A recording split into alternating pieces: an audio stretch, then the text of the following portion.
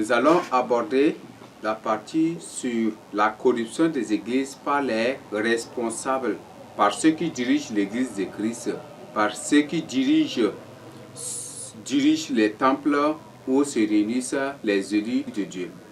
Donc, nous savons bien que quand la tête est pourrie, c'est tout le corps qui est pourri. Et si la tête ne marche pas, tout le corps aussi est malade. Et nous allons découvrir ce qui fait que beaucoup d'églises n'arrivent pas à s'épanouir spirituellement et ce qui fait que beaucoup d'églises se sont détournées de la sainte doctrine pour s'adhérer aux doctrines du luciférien ou aux doctrines du diable, au mensonge. Premièrement, beaucoup de gens considèrent l'église de Christ comme on fait de l'église de Christ un gagne-pain. Donc, ils créent des églises pour avoir de quoi pour manger. Beaucoup s'engagent pour servir Dieu, pour avoir de l'argent, pour s'enrichir. L'église de Christ n'est pas un lieu de gagne-pain.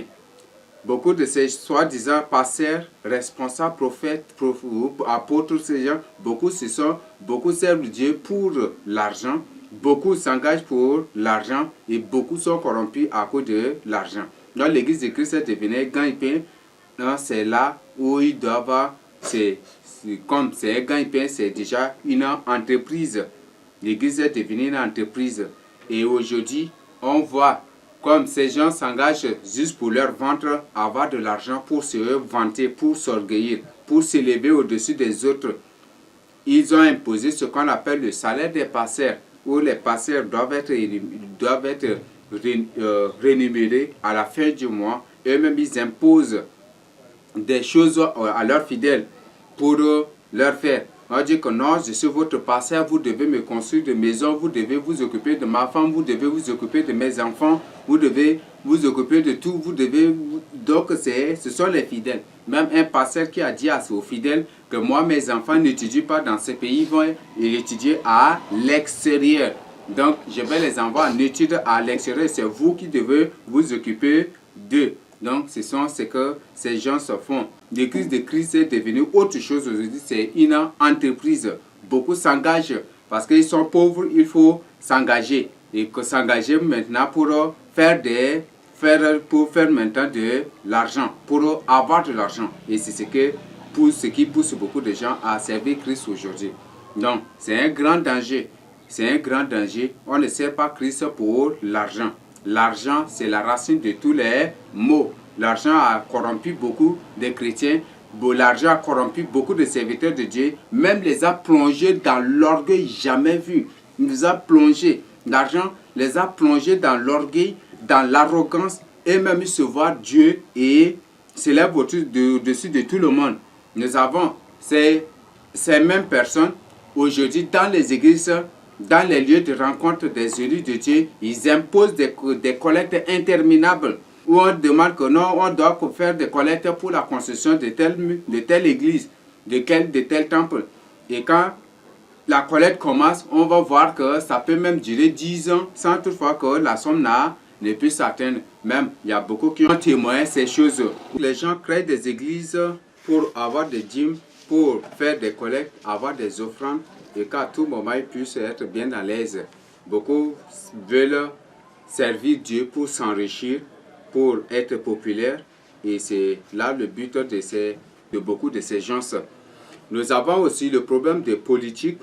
L'église de Christ est politisée aujourd'hui, où ce sont les chefs d'État qui ordonnent des choses que les gens doivent faire à l'église. Donc l'église de Christ est politisée. Et c'est la cause de la corruption de l'église de Christ. Même au sein de l'église, même, il y a la politique. Pour être responsabilisé ou pour qu'on te confie une tâche, il faut faire d'abord la politique. Il faut mentir, il faut tromper les gens, il faut corrompre les gens. Et c'est ce que beaucoup de gens le font. Aucun chrétien ne doit faire la politique. Aucun chrétien ne doit faire la politique. La politique conduit bel et bien en enfer. Et c'est à cause de cela que Dan a dû s'être retrouvé en enfer. Fuyons la politique car c'est le cœur de Satan, comme le Seigneur Jésus lui-même a dit. Il y a un problème aujourd'hui au niveau de l'administration de l'Église.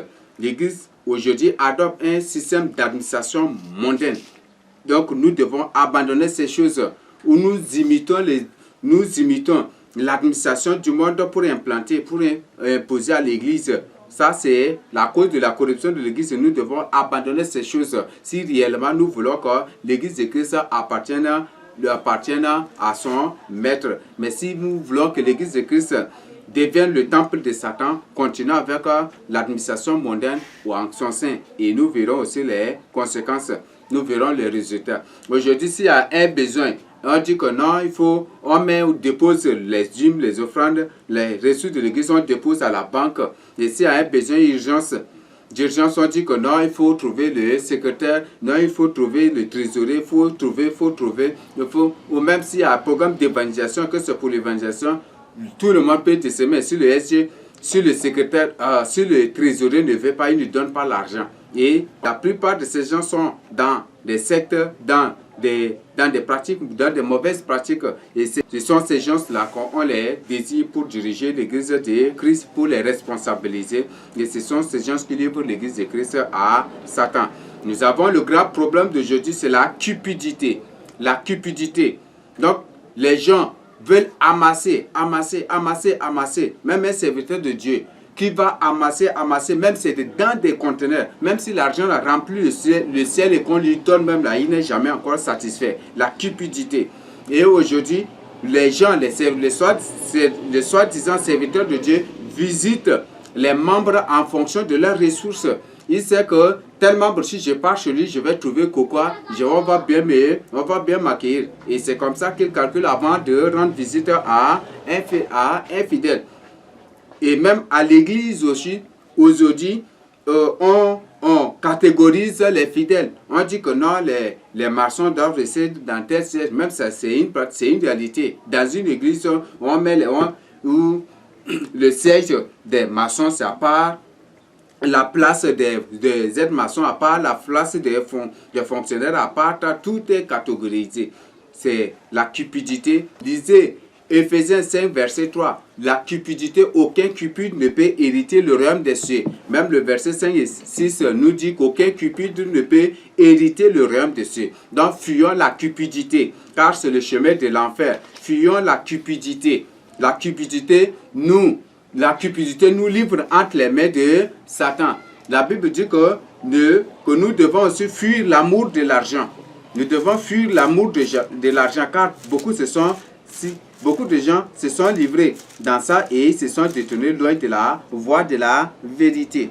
Donc, fuyons l'amour de l'argent. Lisons Hébreux 13, verset 5. Ne vous livrez pas à l'amour de l'argent. Contentez-vous de ce que vous avez, car Dieu lui-même a dit, je ne te délaisserai point et je ne t'abandonnerai point.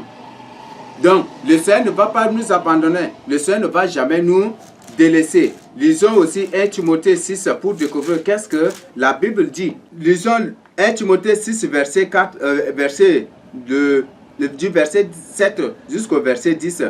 Car nous n'avons rien apporté dans le monde. Et il est évident que nous n'en pouvons rien emporter. Si donc nous avons la nourriture et le vêtement, cela nous suffira. Mais ceux qui veulent s'enrichir tombent dans la tentation, dans le piège et dans beaucoup de désirs insensés et pernicieux qui plongent les hommes dans la ruine et la perdition. Car l'amour de l'argent est une racine de tous les maux. Et quelques-uns, en étant possédés, se sont égarés loin de la foi et se sont jetés eux-mêmes dans bien des tourments.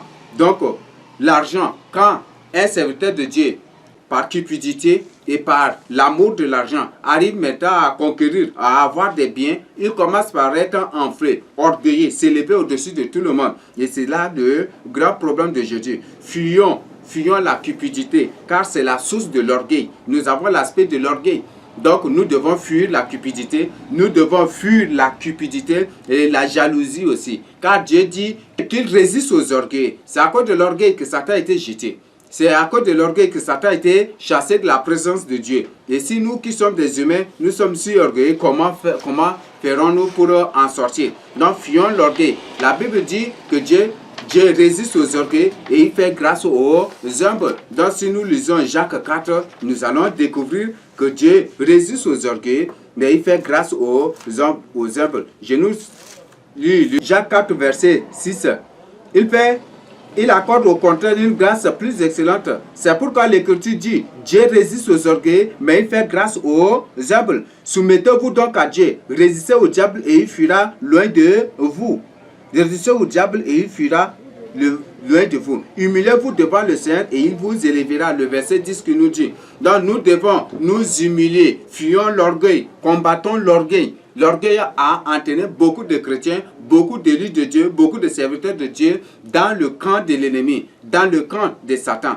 Beaucoup. Donc nous fuyons l'orgueil, bannissons l'orgueil de notre vie et fuyons des viles jalousies. Aujourd'hui même, les serviteurs de Dieu sont animés d'une grande jalousie jamais vue. Donc, fuyons la jalousie. Si un serviteur de Dieu est encore dans la jalousie, il se rivalise encore. Ce n'est plus un serviteur de Dieu. Donc, combattons l'orgueil. Combattons l'orgueil. Cessons de nous élever au-dessus des autres, mais rendons-nous humbles. Comme la Bible a dit que le Seigneur Jésus-Christ s'est rabaissé jusqu'à comme un esclave pour se livrer, pour se livrer lui-même à la mort pour nous. Donc nous devons aussi imiter le modèle de Christ. Comme la Bible dit que nous devons suivre tous les modèles de Christ. Nous devons être les imitateurs de Christ dans tout ce qu'il a fait et dans tout ce que lui-même a subi. Donc nous devons être humbles, être doux et combattons l'orgueil.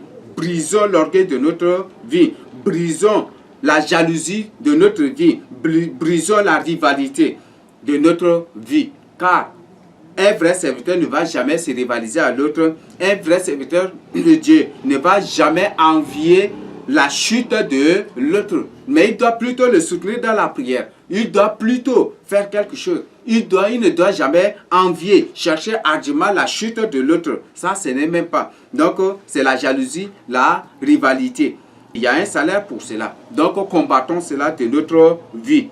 Tuons la jalousie et la rivalité. Beaucoup m'ont dit, beaucoup même les soi-disant pères, beaucoup ont raconté à leurs fidèles qu'ils vont me voir, que je vais tomber. Ils priaient même pour que je puisse tomber, pour que je puisse chuter. Et voilà, il dit que mon message va arrêter. Que beaucoup ont raconté ça. Mais ce sont des serviteurs de Dieu. Beaucoup se font appeler papa, beaucoup se font appeler père, beaucoup se font appeler des apôtres, beaucoup se font appeler des prophètes. Ils ont raconté aux fidèles et ce sont les fidèles eux-mêmes qui m'appellent pour partager. Donc de telles personnes ne sont même pas des serviteurs de Dieu. Donc c'est ce que je voudrais d'abord vous avertir. Si un serviteur de Dieu cherche coûte que coûte à ce que l'autre tombe pour que lui puisse se vanter avec, ou cherche coûte que coûte la chute de l'autre, ce n'est même pas un serviteur de Dieu. Le Seigneur Jésus n'a jamais envié la chute de Jean-Baptiste. Et Jean-Baptiste n'a jamais envié la chute du Seigneur Jésus-Christ. Jean-Baptiste a plutôt soutenu, lui-même il a orienté les gens vers le Seigneur Jésus-Christ. Et le Seigneur Jésus n'a jamais mal parlé aussi de Jean-Baptiste, ni Jean-Baptiste mal parlé du Seigneur. Donc, ce sont la jalousie, ce sont la rivalité et bannissons l'orgueil. Et la source de tout cela, c'est l'orgueil. C'est un serviteur de Dieu déjà orgueilleux. La jalousie est là, l'orgueil, la cupidité est là, et la rivalité est là. Et c'est une guerre. Donc, au fond, ce sont cela. Car ça n'honore pas le Seigneur. Ce n'est pas le modèle que le Seigneur nous recommande d'avoir. Nous devons être des bons modèles en toutes choses. Comme 1 Timothée 4, verset 12 à 13 nous recommande. Donc, nous devons être des modèles, mais pas à nous provoquer par des propos inutiles, pas à nous envier, pas à nous animer, nous faire animer par la jalousie, par la rivalité. Et tout ça, c'est à cause de la cupidité et l'orgueil qui sont à la source de ces choses-là. Il y a beaucoup qui, comme ce sont des gens qui ont été méprisés au quartier, qu'on les dédaigne au quartier, à la maison, ils s'engagent pour servir Dieu, pour être honorés, pour être valorisés. Même il y a beaucoup qui ont dit que c'est bon de servir, que servir Dieu, là, être pasteur, c'est bon. Parce que tous les fidèles, tous les gens t'honorent, tous les gens te respectent, tous les gens ont des considérations pour toi et tout le monde parlera bien de toi. Donc, c'est le but pour lequel beaucoup de gens se sont engagés pour être des serviteurs de Dieu. Et si tu cherches à servir le Seigneur pour être honoré, pour être valorisé, pour être élevé, même comme certains ont dit que pour que je sois aussi appelé papa. Donc, eux aussi, Beaucoup s'engagent aussi pour être appelés papa, et c'est ça le but de beaucoup de gens. Donc combattons de telles pratiques, car ça n'honore même pas le Seigneur Jésus-Christ. C'est la source de l'enfer, c'est un chemin d'égarement, c'est un chemin de l'enfer. Donc c'est la corruption, c'est une corruption d'abord qui est individuelle et ça corrompt aussi l'église de Christ. Donc fuyons de telles choses. Nous avons un grand problème encore d'aujourd'hui, c'est le problème de la gabegie, de l'affinité. Aujourd'hui, si je suis pasteur, tous ceux qui seront autour de moi, ça serait des gens de ma famille ou de mes parents. C'est peut-être mes parents ou mes enfants ou mes frères, c'est eux là que je vais les placer partout autour de moi. Ça, c'est une pratique qui n'est pas biblique. L'affinité n'est pas chrétienne. Nous devons combattre l'affinité de toute notre énergie et de toute notre vie aussi, pour que le nom de Seigneur Jésus-Christ soit glorifié, afin que son Église aussi s'épanouisse. L'Église de Christ n'est pas un cercle d'amitié, ce n'est pas un parti politique et ce n'est pas aussi une association, un groupement familial, mais l'Église de Christ, c'est l'Église de Christ. L'Église de Christ regorge des gens de toutes catégories et tout le monde doit respecter tout le monde doit honorer tout le monde doit glorifier tout le monde et tout le monde doit s'humilier devant tout le monde. C'est ce que le Seigneur Jésus-Christ nous recommande. Donc fuyons la gabégie, l'affinité, nous devons combattre ces choses. C'est pour le salut de nos âmes. L'affinité, Dieu condamne ces pratiques. L'affinité, c'est dans les entreprises. L'affinité, c'est au quartier. Même si dans ton entreprise, si tu promeux l'affinité, chasse bien que tu es en train de pécher, tu es en train d'offenser Dieu, Dieu te traduira en jugement un jour à l'autre pour cela. Donc, fuyons l'affinité au sein de l'Église de Christ et combattons l'affinité aussi dans nos activités, dans nos différentes activités en dehors de l'Église. C'est ce que je voudrais nous avertir. Autre aspect d'aujourd'hui, c'est la tradition. Aujourd'hui, les gens promeuvent la tradition au sein de l'Église avec les rythmes païens, avec les rythmes yondo, avec les rythmes bagnans, avec les rythmes saï, avec les rythmes klag. Tout ça, c'est des rythmes que Dieu condamne.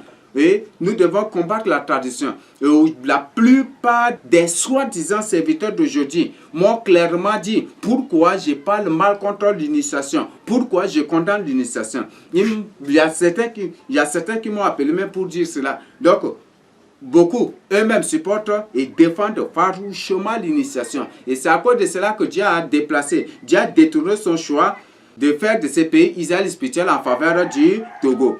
Fuyons la tradition, combattons la tradition de toute notre énergie. Nous devons bannir cela au sein de l'Église de Christ. Aujourd'hui, on prêche même en fonction de la tradition. On prêche en fonction de la tradition. Dans une culture où il y a un frère, son oncle a couché avec sa femme et sa femme était tombée enceinte. Elle est venue pour exposer ça à l'église. Elle a dit que non, c'est ton grand, donc c'est normal. Donc pour ça, là, il n'y a pas d'excommunication. Or, son oncle qui a fait cela, c'est un ancien de l'église. Il dit, ok, si c'est pas condamnable devant Dieu, moi aussi je ferai. Un jour, il a fait aussi pour enchanter la femme de son oncle. Et ils l'ont excommunié. Et il a demandé pourquoi. Cela dit parce que tu es un enfant. Dans notre culture, c'est comme ça. Donc aujourd'hui, ce qu'on met en pratique, ce qu'on promet aujourd'hui au sein de l'Église de Christ, c'est la tradition. Les gens prêchent même la parole de Dieu en fonction de la tradition. En fonction des traditions, c'est que la tradition condamne, on cherche à prêcher la parole de Dieu aussi pour le condamner. Mais ce que la tradition recommande, impose, exige, on prêche la parole de Dieu aussi pour permettre cela. On ne prêche, la parole de Dieu n'est pas du domaine de la tradition. La Bible dit que notre tradition, notre culture doit être la parole de Dieu. Notre culture doit être la parole de Dieu. Donc c'est ce que je voudrais nous dire. Et notre tradition du ciel, c'est la parole de Dieu. C'est la mise en pratique de la parole de Dieu. Si tu dis que non, que Dieu ne condamne pas les initiés, si tu dis que Dieu ne condamne pas les baillants, ou si tu prêches en fonction de la tradition, tu le regretteras. Quand tu vas te retrouver en enfer, tu vas le regretter. Donc répare-toi avant qu'il ne soit trop tard pour toi. Autre aspect, c'est la sorcellerie, la rose, les pratiques occultes. La plupart des pasteurs sont plongés dans la sorcellerie. La plupart sont des sorciers. La plupart sont des rosicruciens. La plupart sont dans la franc-maçonnerie. Quand on parle de comme on venait de parler de la théologie a été créée par les francs-maçons. Et si tu es formé par un théologien, tu es un franc-maçon involontaire, un franc-maçon inconscient. Donc, Fuyons, quittons ces cercles. Et si tu es un parcelle sorcier, répands-toi pour le salut de ton âme. Car ce n'est pas encore trop tard pour toi. Ce n'est pas encore trop tard. Saisis l'occasion. Abandonne la rose-croix. Beaucoup sont plongés dans la rose-croix. Beaucoup sont plongés dans la franc-maçonnerie. Beaucoup, pour être riches, vachement riches, sauvagement riches et être élevés au-dessus des autres, entrent dans la rose-croix. Ils entrent dans la franc-maçonnerie pour être promus. Fuyons ces choses. Même une soeur m'a appelé pour me dire qu'il y a la franc-maçonnerie pastorale, la franc-maçonnerie des pasteurs. C'est créé par les pasteurs eux-mêmes. Mais pourquoi créer ces choses-là? Donc, vous voyez, moi, la corruption de l'église de Christ. Et si les pasteurs sont déjà, il me dit, la soeur a partagé avec moi que plus de 90 quelques % des pasteurs de N'Djamena sont déjà dans la franc-maçonnerie pastorale. C'est ce qu'elle a partagé avec moi. Mais c'est une réalité. Aujourd'hui, les gens combattent farouchement la vérité. Combattent farouchement la vérité. Les pasteurs qui déploient les gens pour même chercher à éliminer. Les pasteurs qui déploient les gens pour combattre, ils se sont déployés à la radio partout pour raconter leur boniment. Et des gens qui mentent plus que Satan lui-même, qui mentent plus que le diable lui-même, sont partis à la radio pour raconter des mensonges, pour nous qualifier de Boko Haram, pour me qualifier d'un chef Boko Haram, de tout, avec des mensonges jamais entendus. Donc, des mensonges qu'on n'a jamais entendus encore. Et ce sont des gens qui mentent plus que Satan encore, plus que le diable lui-même. Donc, fuyons la rose-croix. La rose-croix, c'est le chemin de l'enfer. Si tu es dans la sorcellerie, si tu es dans la rose-croix, si tu es dans le vaudou, si tu es dans Ekankar ou dans le Rotary, ou si tu es dans la franc-maçonnerie, si tu es un agent des Illuminati, tu dois abandonner cette pratique pour le salut de ton âme, car ce n'est pas encore trop tard pour toi. C'est que je voudrais t'avertir. Et c'est que le Seigneur Jésus-Christ t'avertit, car il avertit. Le Seigneur Jésus a dit dans Amos 3, verset 7, qu'il ne fait rien sans avoir averti d'abord à travers ses prophètes. Donc, le Seigneur t'avertit. Et si tu ne te répands pas, chasse bien que le prochain cas, ça serait toi, parce que le Seigneur ne te laissera jamais impuni. Nous avons autre aspect, c'est l'aspect de la Sainte Seine. Aujourd'hui, les gens utilisent le vin pour la Sainte Seine. Les gens utilisent les coca pour la Sainte Seine. Les gens utilisent, il y a certains qui utilisent même l'alcool aussi pour la Sainte Seine. Tout ça, c'est de la corruption de l'église. Donc, nous ne devons pas utiliser ces choses. Utilisons plutôt au moins le jus d'oseille avec du sucre simple pour partager. Mais ne faisons pas. Il y a certains qui mélangent le jus d'oseille avec levure. Avec des levures, nous devons abandonner ces choses. Donc, ce que je voudrais nous dire, fuyons toute église qui fait la Sainte Seine avec le vin ou avec quoi que ce soit, nous devons la quitter. Nous devons quitter une pareille église. Nous devons quitter une pareille église. Des pareilles églises, nous devons quitter. L'église qui utilise, vérifiez seulement Baron Madrid. Il y a Baron Madrid, même c'est un franc-maçon. Et regardez d'abord l'étiquette. Il y a le 666 Coca. Il y a 666 aussi Lévi. Dieu interdit qu'on nous utilisions Lévi et tout ça. Donc, fuyons ces choses. Utilisons juste le jus d'oseille pour faire la Sainte Seine, c'est ce que je voudrais nous avertir. Le grand problème d'aujourd'hui, les gens concentrent l'activité de Christ sur l'embellissement du temple, mais pas sur l'embellissement des chrétiens. Et les gens se vaguent beaucoup plus à des constructions inutiles. Les gens ne pensent même pas à l'évangélisation, ne pensent même pas au gain des âmes. Mais comme c'est des gens qui ne vivent pas dans la vérité, ils n'ont pas cette ambition. Parce qu'une église qui n'est pas dans la vérité cherche toujours à embellir son temple et se vague toujours à des constructions inutiles. Les constructions ne sauvent pas une personne, mais ce qui sauve, c'est évangéliser, sortir pour témoigner Christ. L'argent qu'ils investissent pour construire inutilement, ils pouvaient même donner à des gens qui vivent dans la vérité ou des évangélistes de la vérité pour expandre, pour témoigner Christ, pour aller ou pour répandre l'évangile de Christ pour sauver des âmes. Ça leur fait plutôt du bien. Mais ces gens se refusent par orgueil, parce qu'ils se font cela, c'est qu'ils sont en dessous. Il y a beaucoup, c'est par orgueil seulement. Donc les gens, c'est tout un tas de problèmes à ces niveaux. Donc, fuyons l'embellissement du temple, fuyons des constructions inutiles. Ce n'est pas en construisant des temples, ce n'est pas en construisant des maisons par-ci, par-là que des âmes seront sauvées. Donc, vaquons-nous à l'évangélisation pour le salut des âmes. Ce que Dieu veut, c'est le salut des âmes, mais pas ce n'est pas la construction des temples. C'est que je voudrais nous avertir. Aujourd'hui, autre aspect, c'est les cahiers des dîmes, les enveloppes, les cahiers des dîmes. On dresse les cahiers des dîmes, on donne les dîmes avec les enveloppes. Tout cela, le Seigneur dit que si tu donnes ta dîme en écrivant ton nom derrière l'enveloppe, tu n'as plus de récompense au haut. C'est parce que le Seigneur dit, c'est que ta main droite donne que ta main gauche ne le chasse pas. Et les cahiers de dîmes ne sont pas bibliques, nous devons abandonner ces choses. Donner un don avec ton nom derrière l'enveloppe, Dieu condamne ces pratiques. Donc c'est ce que je voudrais nous avertir. Et nous devons nous préparer, nous devons fuir ces choses. Et si ton église vit dans ces choses, te quitte là pour le salut de ton âme. Dès bientôt, toutes les églises seront soumises déjà au pape et c'est le moment de quitter avant qu'il ne soit trop tard pour toi.